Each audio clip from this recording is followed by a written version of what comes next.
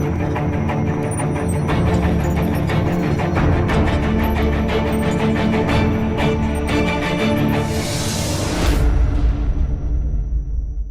what's up, guys? It's good to see y'all for election night. I'm so excited. My name's Wes. I'm going to be hosting our election night party. I'm joined by Kyle. He is on my left, your right, and then Jonathan on the other side there. How are you guys doing?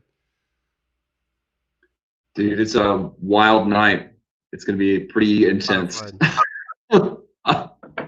It's going to be a lot of fun. Yeah, I love the setup that we got here. How about you, Kyle? Oh, I think you muted yourself there, buddy. It says you've muted yourself. You'll have to turn that back on, so we'll get that figured out.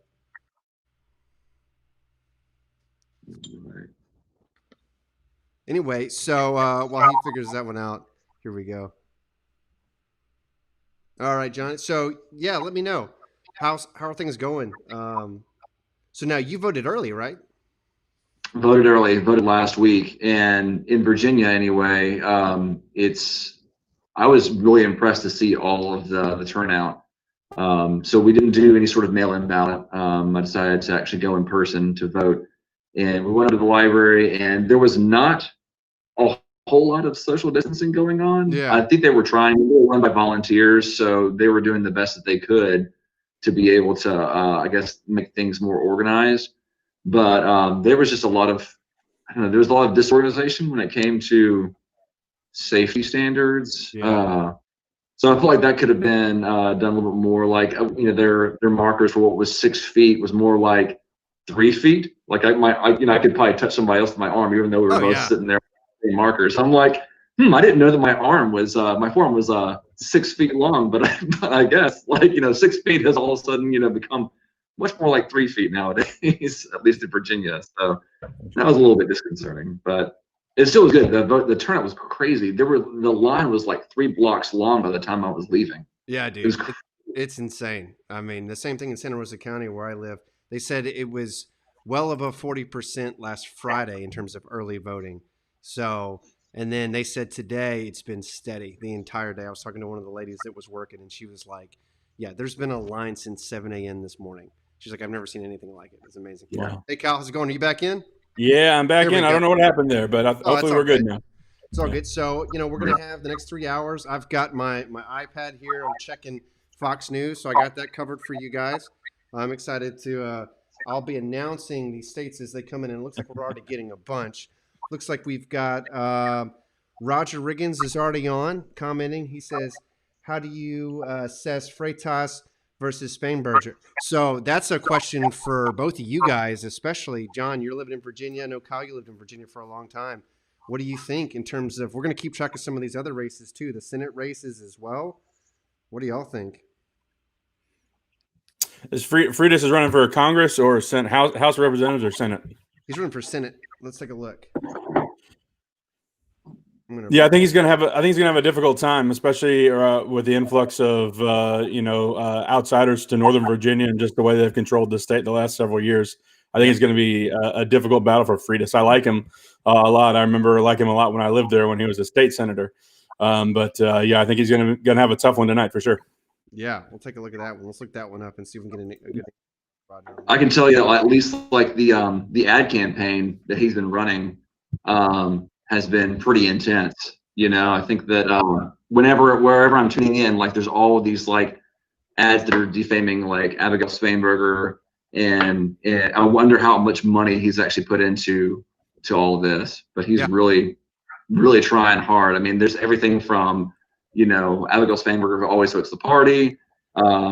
She was out like trying to schmooze when she needed to be taking to the calls, and like they feel so illegitimate sometimes, but you can't blame him for trying. I mean, he's really putting a lot of money into this, I think. Yeah, Roger says it's a house race actually, so I misspoke on that. It's a house race, so maybe some. Yeah, so depending on where he is running, I forgot what part of the state he's in. He might have a better shot now. Yeah, we'll have to look into that one. All right, so we've got to catch everybody up because there's already states being called.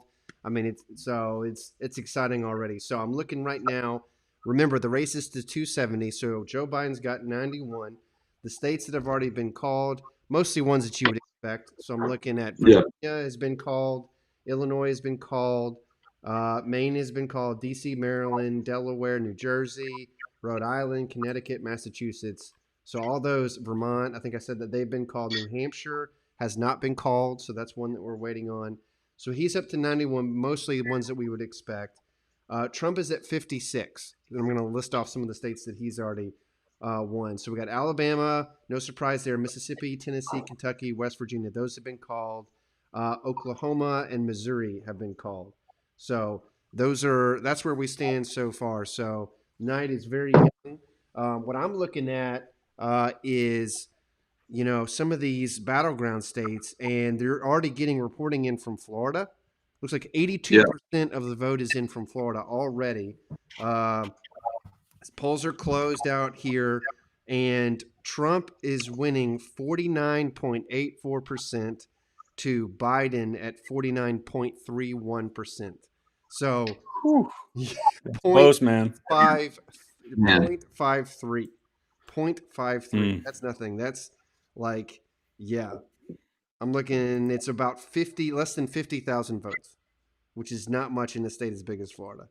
So that's wild. That's wild. So Roger's checking out that House race. We're going to have to look into that one. I'm looking at this, how close Florida is. It's going to be interesting to see what happens next. What else are you guys looking at tonight? Well, on catch up with Florida, I'm pretty sure like what's difficult about this race is that the states have just different ways of counting, or when they're going to count the mail-in ballots. Yeah. And so like with Florida, the reason we get all those numbers in is because they've been counting them, I think, for the past few weeks, definitely days. Yeah, they started they've all states early. So I heard, I don't know if you know this, Kyle, maybe you're already tracking it, but in North Carolina, I think that they're going to be counting a lot of votes late, whereas some up until the 9th, yeah, whereas some states are going to have been counting them already, So I think it's going to be interesting to see what states we actually do get in, and which ones that we're still waiting on. So pretty amazing. So Freitas is running for district number 7, which that's what Roger goes a little bit south of Richmond to looks like close like Fredericksburg area, so maybe a little bit north of that. Yeah, so, here's the comments from Roger. He was asking about that just a minute ago. He said House race, and then he said Virginia district number 7. Those are those comments right there. Yeah. So looks like we got about 5 or 6 people that are watching live right now. So if you're watching live, send us a comment. Let us know what races that you're watching on, because some of the House races I haven't really been close. We've been spending all of our time talking presidential races and things like that. So, but the House and the Senate totally in play as well. So it's gonna be interesting to see how those go. Like I'm seeing with the House for the Virginia election results is that there have been 141,000 votes reported. 30% of the estimated vote total has been reported. Freitas is at 88,000 votes. Spanberger is at 53,000 votes. Yeah. So that's the state of things right now. Yep. So what do you guys got to drink tonight? So I've been running around all day getting this show set up and then working and take care of my kids and everything else. So I'm looking forward to having a nice cold beverage. In fact, I have several. But how about you, Kyle? What do you got? Well, when it comes to alcohol, I'm when it comes to whiskey and liquor and wine, I'm a little bit more pretentious. But when it comes to beer, I'm a man of the people, baby. Just give me one of these little hot guys right here. There you go. Little Miller Lite, man. I'm a man of the people. In his grave. Man of the people. It's craft light, 10%, right? Yeah. How about That's you, right, buddy. What do you got? Man, what don't I have? Let's see. I went with the hard stuff. Okay. So, and I went with coffee. So first off, I've got a double chocolate coffee with Guinness. Yeah. Okay. And definitely Bailey's going into the coffee right now. So that's going to be keeping me going. Then I got Heaven's Door whiskey, Bob Dylan's whiskey. Nice. So from Nashville, which is going to be great. I've got some, and then when that's gone, because I'm near the dregs of that, then I got the cheap stuff, which is the Evan Williams honey. So that's when I bust that out. For everybody who's watching live, let us know how you're spending election night. Are you guys at home? Are you, with your families? Are you guys out? Are you at a bar? Are you watching, while you're driving, something like that, listening on your phone or something? What do you guys got? How are you planning to spend it? Looks like Roger is saying he's got some Sam Adams. Nice.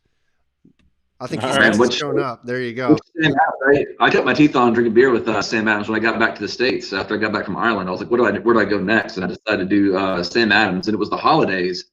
So I got like their sampler pack, which Yeah. had like the double chocolate bock, which was nice, and they had like a red malt ale, which was really good. So they had a whole lot of flavors that really helped me realize that beer could actually be tasty. So like, yeah, that's like the whole story, right? Like I grew up in the South and like Miller Lite with respect to Kyle, like Natty Light, Bud Light. That's pretty much all Yeah, you could get your baby. hands on. That's pretty much all you could get your hands on. So that was good stuff. And then Jonathan went to Ireland. He spent a year over there studying abroad in college. And then he came back and educated me. And I had never had a Guinness in my life. And I was like, what is this dark soupy thing?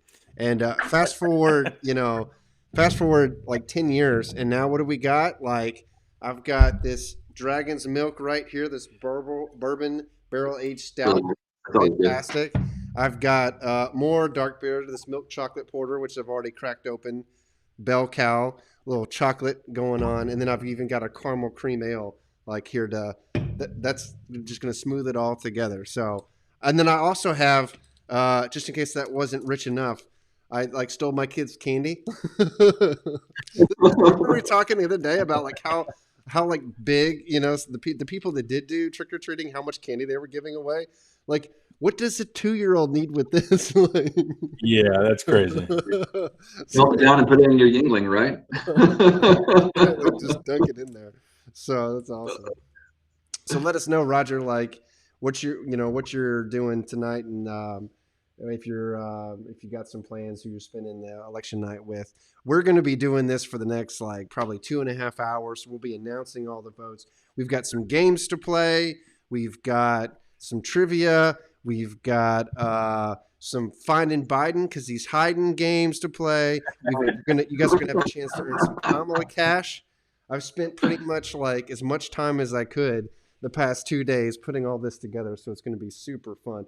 But yeah, like for people that are watching, for you guys, what races are you watching? What would surprise you? I know to backfill some people, Kyle has already predicted the election is going to go to Trump, that he's going to win the popular vote, that he's really going to sweep many of these battleground states. Yep. I think that's possible, honestly. Like you see the enthusiasm, the lines out the door. Yeah. People like with Trump flags and everything else, like on the cars. We've had boat rallies out here. There's a lot of enthusiasm for him, so we'll see if that pays off. But then, at the same time, I think people are fired up on the left too. Like, you could have a huge turnout there as well. So Yeah. It's really going to be interesting to see which one pays off. Yeah. Go for The it. number of first-time voters and young voters is really astronomical It really this is. year, and so I mean that as much of the enthusiasm that we see for Trump, and a lot of the people who are really excited about and really passionate about Trump that you don't really see for people voting for Biden. That just the sheer numbers might be too much for Trump to overcome. Yeah. Yeah, I'm wondering if you think that either of the candidates has done anything significant to either help themselves or hurt themselves in like the final weeks leading up to this race. What do y'all think about that? Yeah, I mean, like Trump has been campaigning up a firestorm ever since he, was able to get out, and get back on the campaign trail after getting COVID and all that. Like he's just been, doing rallies until 1 a.m. and like doing 5 a day and stuff. As a machine. Yeah, just absolutely, like tearing up the campaign trail. So, and then I think he really did well in that final debate. He showed that he's not just a one-trick pony, and he can do that. I mean, like there's been plenty of times where he's shown that before during State of the Union addresses and stuff like that. So I think he did enough to mitigate some of the fallout from his first debate, and I think he's shown that he wants this job. He's not going to just sit here and expect it. So yeah, that's what I think. How about you, Kyle? Yeah, same. You really saw two different candidates. You saw Biden, who really didn't go anywhere or do much of anything, and you saw Trump, who I think had 5 rallies just yesterday. Yeah. The guy just did not quit. And if it was going based on effort, if it was going based on who really wanted it more, I think Trump would definitely come out on top. But just to echo what you said during the debates, for sure, I think that that Trump definitely would have won that debate if you want to score it that way. But at the end of the day, I'm not sure that really anyone hadn't made up their minds by that point. So I'm not sure that moves the needle. Yep. Yeah, I think Trump witnessed an opportunity with that first debate. I mean, there's people even on his own campaign trail who say that they lost significant points, during that first debate performance. So even though he brought it back in the second, I think that he lost big there. And I think that I don't know if y'all disagree or not, but him getting coronavirus, I don't think played off really well. I think it could have played off a whole lot better, but the way they handled it at the White House with so many others getting infected, them still not being safe, was a narrative that I think was a missed opportunity. Because there's a lot of senior voters, that weren't really impressed with him getting it, and how he's handled the coronavirus, and then him getting it has kind of been a discouragement to them. So I'm wondering if that's going to affect the race at all. But I think those two things, the missed chance on the first debate, him getting coronavirus, definitely didn't do him any favors there. Yeah. Well, I mean, at the same I time, think go ahead, Kyle. Yeah, I think his reaction to the debate or to getting the coronavirus could play one of two ways, because I don't think his reaction to it was especially good either. He came out and said, "Oh, it's not that big of a deal. I'm tough. It didn't get me down at all. I was good in 24 hours." And so on one hand, we know people have died from it. We know that it is a serious thing, even though it does have a high survival rate.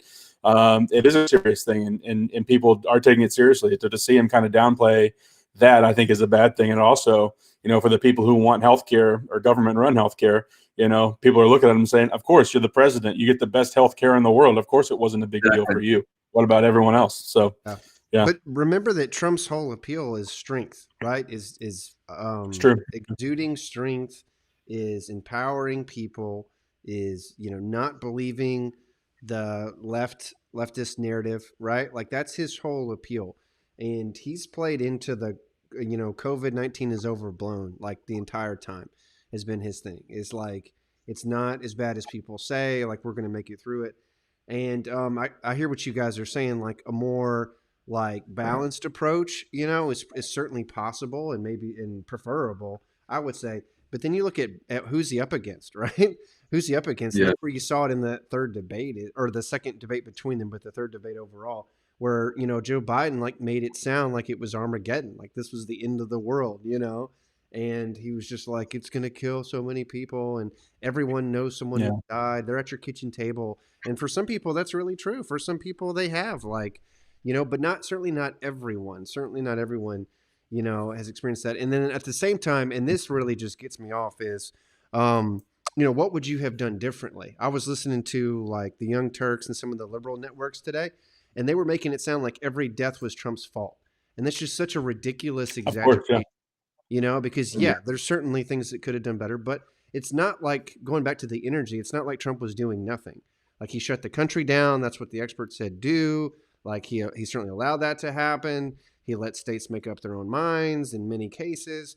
There's been an enormous amount of aid, and people always want more, but it's not like he's been sitting there, not doing anything. And so he's kind of doing this thing where he is taking action, and then at the same time, he's also relating to people who are like, are we going to, close everything for this? So I don't know. I mean, maybe he lost a little bit with it. There's certainly a chance to be more empathetic, which is not really his strong suit. I think people brought up a lot of people too. Yeah, I think people latch on not simply about the response that he gave, which I wouldn't necessarily have disagreed with too much earlier on. I mean, we're still fairly isolated ourselves for lack of a better term, with coronavirus and stuff like that being out there. I think it's his attitude. I think it's just the way that he tweets. His comments about masks or Fauci or all these other things, the fact that he said that it would be done by Easter, like none of that did him any favors about how he, how people say that he views the virus, and I think it's that people latch on to criticize, even though when it comes to like the shutdown and whatnot, like I think that they were doing the best that they could with the knowledge that they had. Well, not to make light of a difficult situation, but you did bring up Trump's tweets. So I think it's time to get some time, because we can talk about COVID all day, and there's certainly a lot of things that can be done, but we're focused now on election night. So let's take a look at some of the games that we're going to be playing tonight, just to pass the time as we wait for these votes to come in and states to be announced. So take a look. This is what you're playing for, guys. Okay, this is real. I mean, it's kind of real. It's Kamala Cash. So I blame you, Kyle. That's your picture. Yeah. Little outcast, little stank on you, baby. So we're playing for some Kamala Cash. That's what you have to win. For everybody who is following Roger, looks like we got 7 or 8 folks that are watching online. You have a chance to win some prizes too by helping these guys. We're going to have a couple games that we're going to be playing, pretty much one every 30 minutes or so.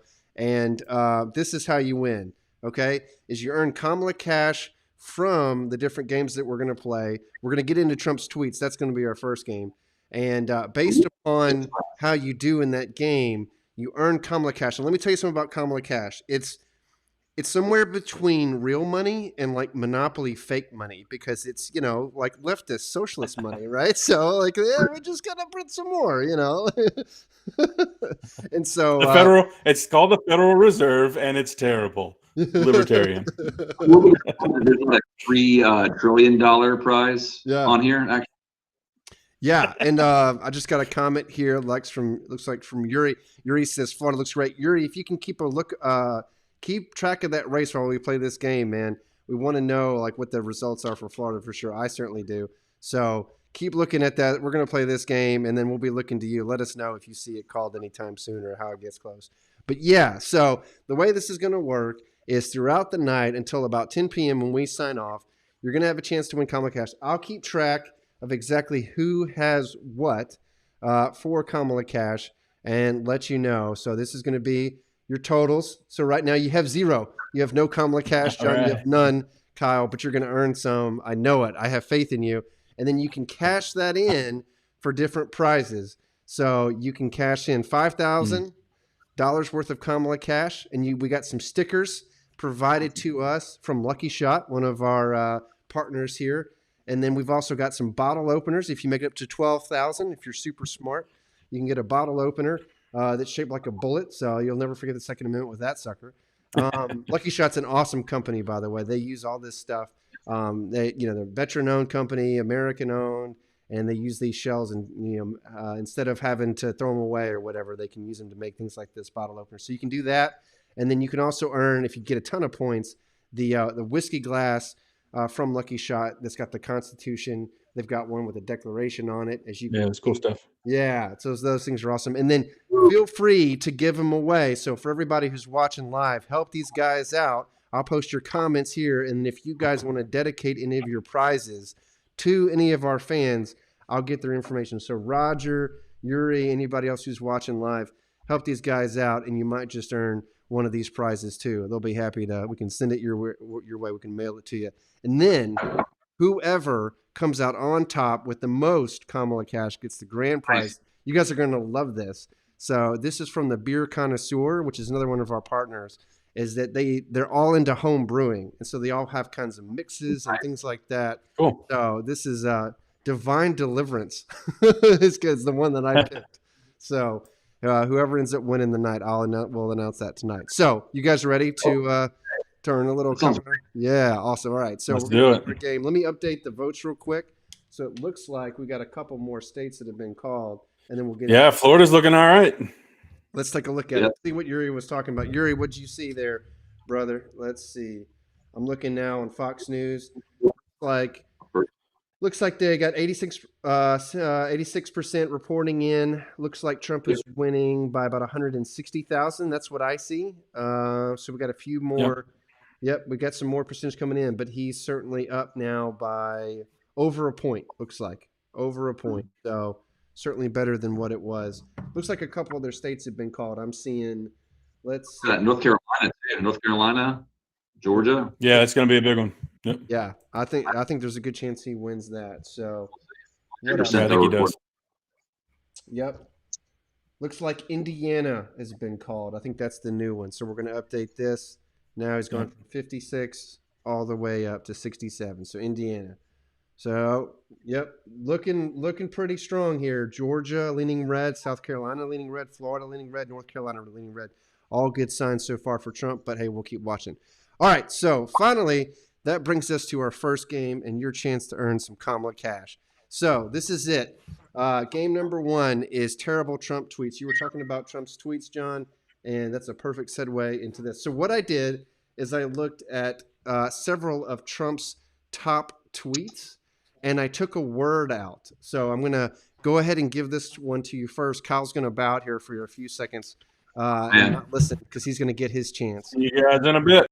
Yep. So we'll see you soon here, Kyle. All right. See you, so Kyle. what we've got here is you have to fill in the missing word. Fill in the missing word, and if you get it right, then you will hear the nice. There we go. And if you get it wrong, Trump will tell you that you got his tweet wrong. Wrong. Like that. All right. A lot. There's no time limit on this, all right? Like there's no time limit, but you got to give me an answer. We'll say within 30 seconds.